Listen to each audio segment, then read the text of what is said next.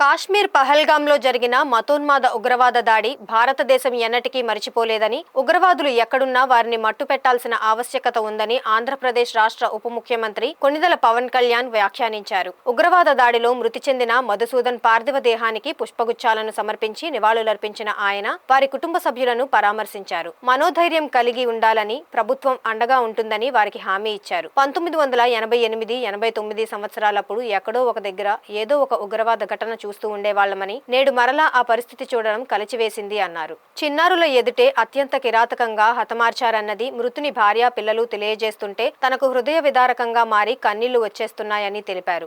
ఈ ఘటనపై పూర్తి స్థాయిలో మంగళగిరి వేదికగా మీడియా ఎదుట మాట్లాడతానన్నారు. మీడియా ముఖ్యంగా కొన్ని చెప్పడానికి ఇబ్బందిగా ఉంది. ఉద్దేశం వాళ్ళ ఏ ధర్మాన్ని ఆచరిస్తారని చెప్పి చాలా కోల్డ్ బ్లడెడ్ గా, నిర్దాక్షిణ్యంగా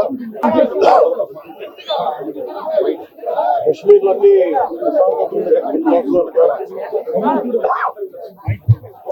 అన్ని బాగుంటాయి చెప్పి మేము తిరిగి ఈ పరిస్థితుల్లోకి వాళ్ళు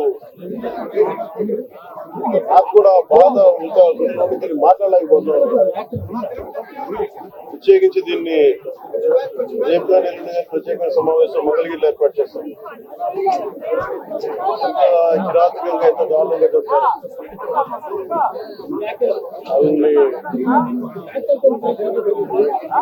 ఈ సమయంలో వాళ్ళు అడుగుతూ మేము ఆత్మగౌరవంలో నిజంగా ఇక్కడ ఎక్స్గ్రేషన్ ప్రకటించడానికి లేదంటే దీనికో రాలేదు. ఉగ్రవాదుల దాడిలో ఇది రిపీటెడ్ గా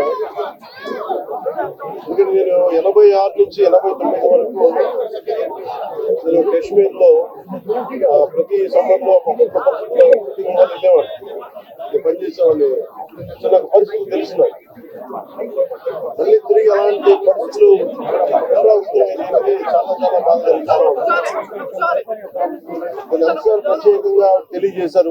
వారి అమ్మాయి కానీ వారి అబ్బాయి కానీ వాళ్ళ పంట క్షోభ చాలా చాలా వివరంగా తెలియజేశారు.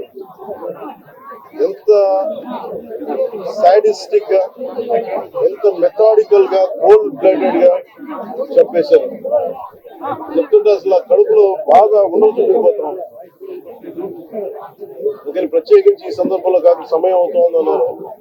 అందుకని ప్రత్యేకించి మళ్ళీ నేను మంగళగిరిలో మీడియా సమావేశం రేపు కూడా వైజాగ్ వెళ్తున్నాను. వెళ్ళి వారిని కనుక్కొని ఒకసారి ప్రభుత్వం అన్ని రకాలుగా భరోసా ఉండదు మీకు చెప్పక్కర్లేదు, ఖచ్చితంగా చేస్తున్నాం, సందేహం లేదు. కానీ ఇది more than ex gratia, more than డబ్బుల కంటే కూడా బాధలో మీకు తగిలిన అంటే మనిషి చనిపోయారు, కానీ ఈ జ్ఞాపకాలు చిన్నపిల్లల ముందు జరిగాయి, కూతురు బిడ్డ ముందు జరిగాయి. ఇది మటుకు ఇది భారతదేశం ఎప్పటికీ మర్చిపోలేదు. భారతదేశం ఎప్పటికీ మర్చిపోలేదు. ఉగ్రవాదులు ఎక్కడున్నా సరే నిర్దాక్షిణ్య ఏరియా. మన కనికర ఎక్కువైపోయింది, మంచితనం ఎక్కువైపోయింది. నిర్దాక్షిణ్య ఏరియాలో